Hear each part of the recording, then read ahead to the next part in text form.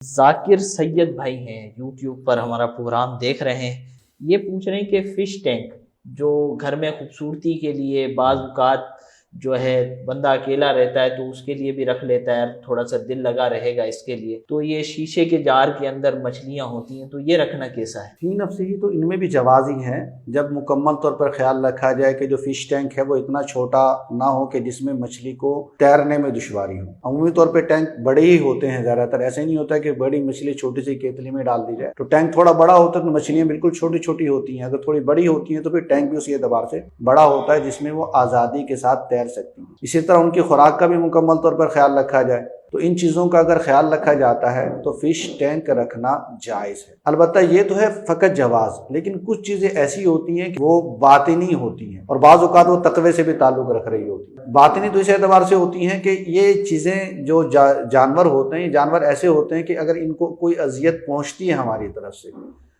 तो इस अज़ियत का फ़ी नफ़्सिही कोई इज़ाला नहीं। मिसाल के तौर पर हमने मछलियाँ पाली और एक वक्त उनको हम खुराक नहीं दे पाए, खुराक ना मिलने की वजह से जो उनको तकलीफ़ पहुँची तो उसके इज़ाले की हमारे पास कोई सूरत नहीं है।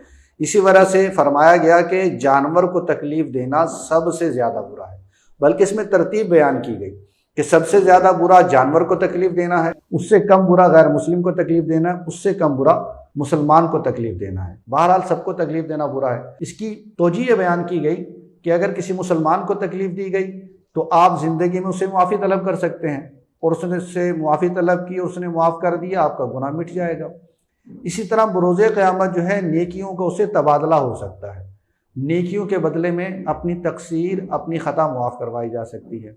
अब जो जानवर होते हैं, दीगर जानदार होते हैं इंसानों के अलावा, इनमें ये मामला है कि ना बरोज़े क़यामत मुआफ़ी है, ना दुनिया में मुआफ़ी है, ना इनसे मुआफ़ी तलब की जा सकती है। अब अगर इनका कोई ना कोई हक तलफ कर दिया, जैसे कि उन पानी जो उनके मुआफ़िक होना चाहिए था वो पानी उनके मुआफ़िक नहीं रखा गया, मिकदार के एतबार से या मयार के एतबार से कि जिस मयार का पानी चाहिए था वो पानी नहीं रखा गया, या बिल्कुल कंजस्टेड तंग जगह पर उनको कैद कर दिया गया, या उनकी खुराक पूरी नहीं की गई, तो किसी भी किस्म की उनको तकलीफ़ दी गई, किसी भी किस्म का उन पर जुल्म किया गया, तो उससे मुआफ़ी की कोई सूरत नहीं है। अब चूँकि मुआफ़ी की कोई सूरत नहीं है तो इसलिए आहवत और ज़्यादा एहतियात वाली बात यही है कि इस तरह जानदारों को ना रखा जाए।